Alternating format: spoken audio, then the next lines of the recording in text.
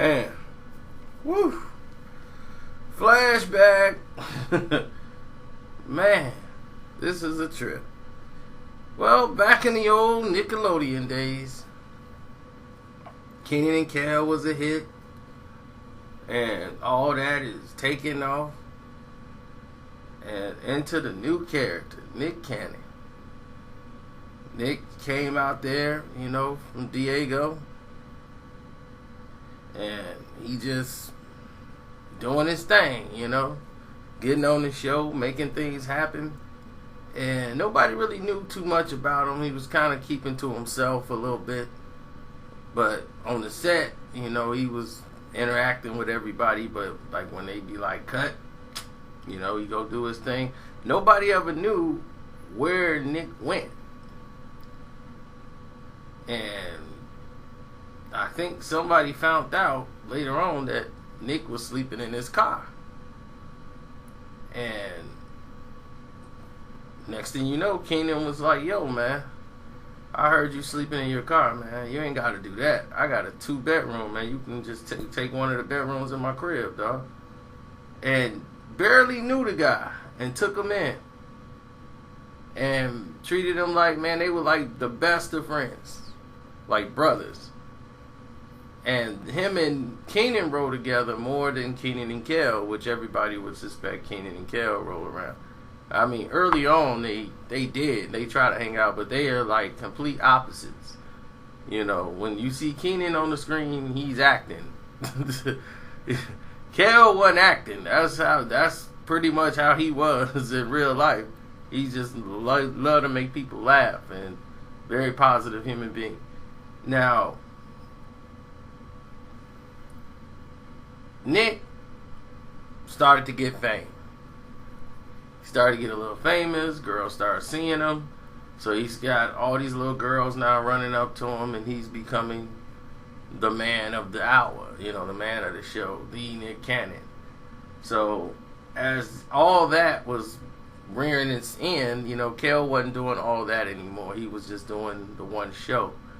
Once he, got tired of doing 2 shows and went straight to Kenan and Kel, Nick became really the focal point of all that, him and Kenan. So once the show started to run its course, the Kenan and Kel show stopped, and you got Nick really was the focal point at Nickelodeon. Like, he was the star. Christina Milian came on the show one season and did her little song AM to the PM. And, from that point, they kind of like vibed a little bit. So when they was getting ready to do the movie, because they had basically written wanted to do a remake of, Can't Buy Me Love. And they did Love Don't Cost a Thing. I'm a huge Patrick Dempsey fan. We grew up on those Patrick Dempsey movies. Can't Buy Me Love was like one of our favorite movies. That and Loverboy. So,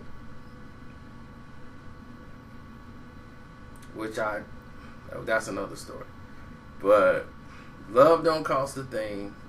Him, Mac, and all them, they all put that out. Steve Harvey, and they wanted, Nick wanted to cast her as the lead of the film, So, Nick knew what he was doing. But, the women were coming, man, and when I met Nick, he was already living with Kenan at this time, so he already had the 1-bedroom, and he did that for a couple of years before, he had enough money where he could move out and get his own spot. And once he did that, it was, a different situation for him. There's more women coming by, he got Mac with him, making sure his business straight. And they move, they moving along, making, deals happen. So, out of the blue, they have a situation where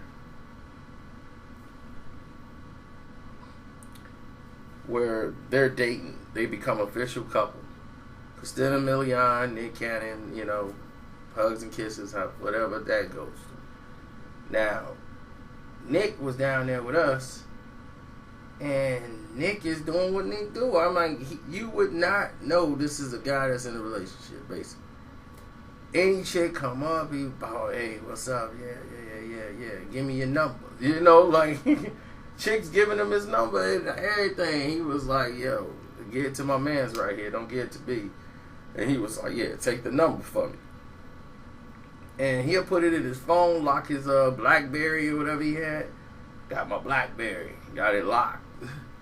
So, he got all these numbers locked in his phone. All this stuff going on. And the girl, Arissa, from the swap meet, he went in, called her, and she's like, man, dude, she got these naked pictures. Nick, you got a superstar wife, you know what I mean, girlfriend. Everybody talking about y'all getting married. Oh, yeah, that's wifey, man, you know, that's wifey. You know, that's wifey, but... You know, I'm a player, man. You know, I'm still a player. So, you know, Nick was just really feeling himself. He was having fun. And she wasn't stupid. She was gone doing some work on some television show or some other movie or probably project. So she ain't had that much time to really be there. And when she came back that day, she just happened to be there. She's like, I came back to spend time with you. Yeah, but I gotta go make some runs. Man, you said today? Yeah. She's like, I text you. He was like, oh, okay, well, let me make a run with my boy. I'm gonna be right back. And I'm like, dude, I'm good. You ain't got to do nothing with me. Go ahead and be with your chick. I'm good. And that's when we went to the store, and then she tried to call him. He turned his phone off, and he was like, oh, I ain't know you called. She was, why would you turn your phone off? And he's like, oh, man. He just couldn't come up. I mean, the lies were just ridiculous. So eventually, she ended up going in his phone. You know, not while I was there, not at that time, but later on. It was the series of lies he kept telling over and over and over again, and it got worse. But eventually, she knew so much about Nick. See, that's the thing about Nick. Me and him are very similar. We gotta stay guarded with a lot of our stuff. We very simple people, basically. When it comes to that, we don't really hold too much back. And she knew him so well, she already figured out his passcode. She figured out what was his passcode to his phone. And once she did that, it was over. The relationship was over.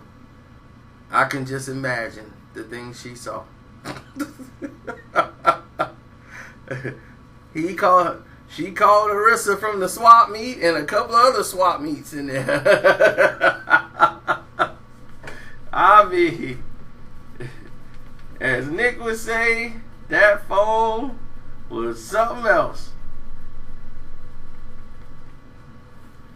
So, all I can tell you is they broke up effective immediately after that. And I mean, it was abrupt. So, hold on. As an old saying was told to me by him and a lot of other people, they said, show me a girl who's the most beautiful woman in the world, and I'll show you a guy that's tired of being with her.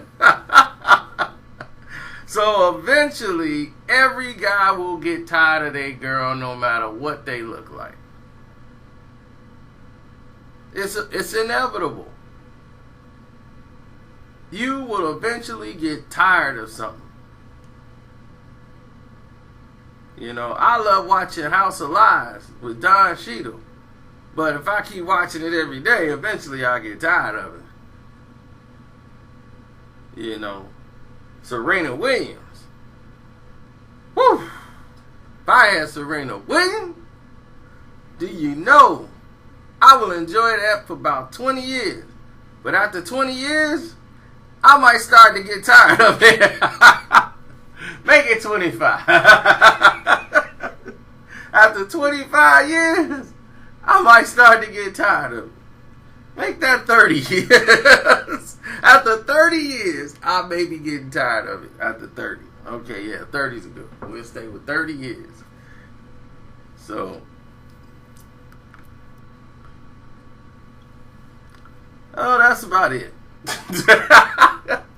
I mean, of course, you know they both moved on, but Christina is what I would say, a Hollywood girl. You know, she played the role, the positions, and dated the managers, the higher ups. You know, she messed around with McConaughey. You know, she did her part. You know, she wasn't afraid to get down with the white boy to get what she needed. And they put all this money behind her. They did every little thing. She did everything they asked. I mean, everything.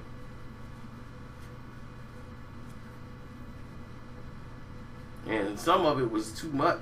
Like in one video, she was basically naked.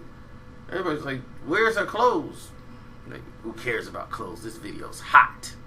Hot, hot, hot. And I'm like, she's basically naked on this, playing in water and stuff. I'm like, this is not her.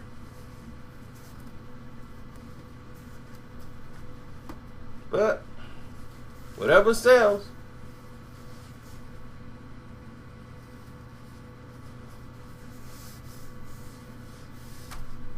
Alright, that should do it. It's your boy Carcino. I'm checking out. Telling y'all to have a blessed day and be safe.